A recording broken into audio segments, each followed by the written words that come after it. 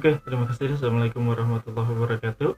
Kita lanjutkan di pertemuan berikutnya, yaitu di materi yang baru mengenai sebuah fungsi yang namanya adalah fungsi turunan. Nah, fungsi turunan ini adalah salah satu bagian dari matematik yang dinamakan sebagai kalkulus. Kalkulus ini saat ini sangat luar biasa, banyak dipakai di bidang teknologi, sehingga eh, di bidang teknologi tersebut bisa kita manfaatkan dalam kehidupan sehari-hari. Nah, sejarahnya bahwa yang namanya turunan itu dulu itu dicetuskan atau ditemukan oleh yang namanya Newton dan Leibniz, ya. Anda sudah tahu bahwa Newton itu adalah seorang ahli fisika, dia juga adalah seorang ahli matematik. Nah, yang akan kita bahas pada kesempatan hari ini yaitu berkaitan dengan turunan. Namun turunan yang pertama kita bahas adalah turunan yang dasar terlebih dahulu, yang mana materi prasyarat yang Anda harus pahami terlebih dahulu adalah materi mengenai yang namanya adalah limit fungsi. Karena kita akan menyelesaikan konsep turunan dari awalnya, yaitu adalah limit fungsi. Nah, kita akan bahas dulu yang namanya gradien garis singgung. Di gradien garis singgung ini, ya, Anda perhatikan dulu gambarnya seperti ini. Nah, oke.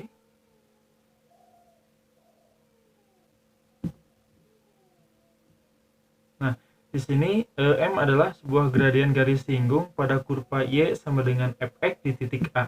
Nah, ini adalah gradien garis singgung pada kurva Y ini kurva Y sama dengan fx di titik A.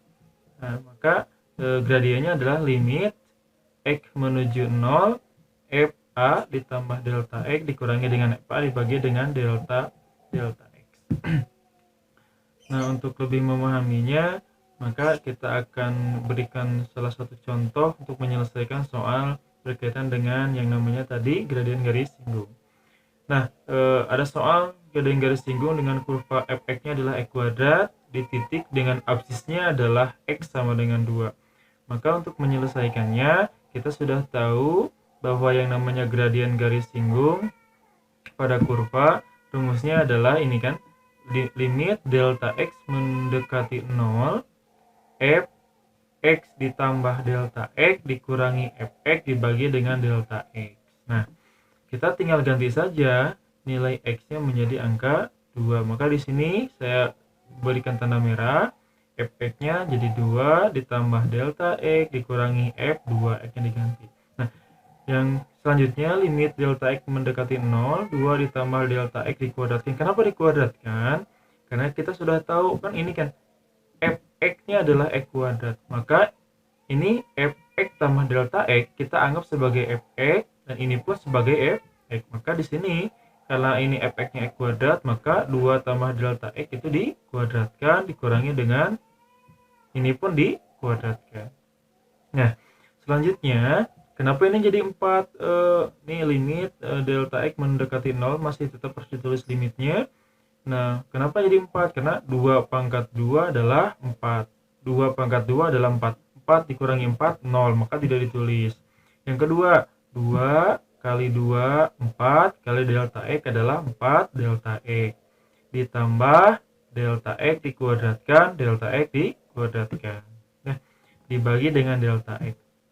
Nah, di sini yang terakhir limit x mendekati 0, 4 ditambah delta x. Kenapa tiba-tiba 4 tambah delta x yang di bawahnya hilang? Kenapa? Karena kita menggunakan sifat asosiatif.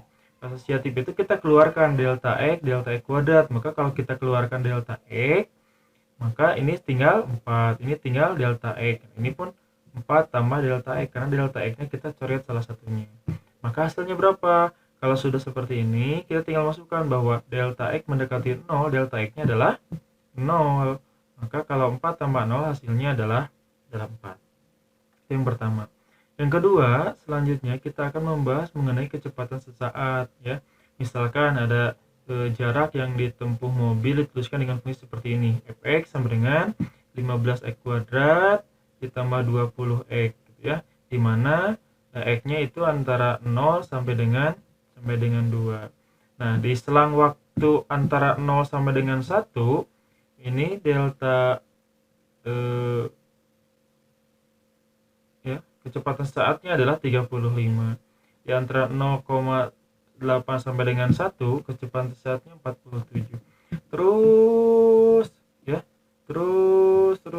Jadi semakin lama selang waktu yang dicapai, maka nilai kecepatannya akan semakin besar. Untuk lebih jelasnya kita perhatikan contoh seperti ini.